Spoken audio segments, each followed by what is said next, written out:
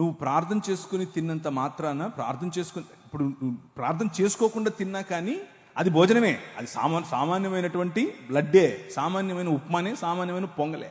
దానివల్ల నీకు వచ్చేది పెద్దగా ఏమి ఉందో లేదో అని కాదు. మెయిన్ పాయింట్ ఏంటంటే అర్పించినటువంటిది ఒక భావజాలానికి, ఆ విగ్రహము వెనుకున్నటువంటి ఒక ఆలోచన శక్తి, ఆ విగ్రహం వెనుకున్నటువంటి పడద్రోయబడినటువంటి దేవదూతల సమూహములలో ఒకరికి ఆ విగ్రహం అర్పితం. నువ్వు దాన్ని ఆవాహయామి అంటున్నావు. అలాంటివి చెయ్యొద్దు. ప్రార్థన చేసుకుని ఆవాహయామి ఏంటి? ప్రసాదం తినడం అంటే ఆవాహయామి అని చెప్పటమే. ప్రార్థన చేసుకుని పిలవాలా? పిలిచేవాళ్ళను ప్రార్థన చేసుకుని సరే నేను ఏకీపిస్తున్నాను ప్రార్థన చేసుకుని ఏకీపించాలా? అవసరం లేదు. ఇంత కష్టం ఎందుకు? వాక్యం చెప్తోంది. ఏదైనా మార్కెట్లోకి వెళ్ళావు, కొనుక్కున్నావు, ప్రార్థన చేసుకో, తిను. కానీ కావాలని విగ్రహార్పితములా వద్దని చెప్పు. వాక్యం చెప్తా ఉంది. అలా చేస్తే పోలా?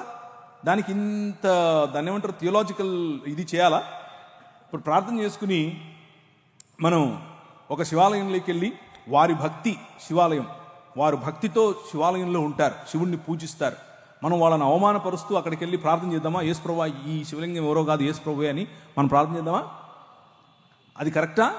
అది వారిని అవమానించినట్లు, మన విశ్వాసాన్ని మనం చాటనట్లు. అలా చేయకూడదు. వీలైనంత వరకు నిక్కచ్చిగా ప్రార్థన చేసుకుని భోజనాన్నైనా దేన్నైనా మనం ప్రభు కోసం చేయాలి. కానీ తెలిసి ఇది ప్రసాదం అని తెలిస్తే అవతలి వ్యక్తితో ఏకీభవించటం లేదు అన్న మాట చెప్పటం కోసం ప్రార్థన చేసుకొని తినాల్సిన అవసరం కూడా లేదు. అసలు తినాల్సిన అవసరం లేదు.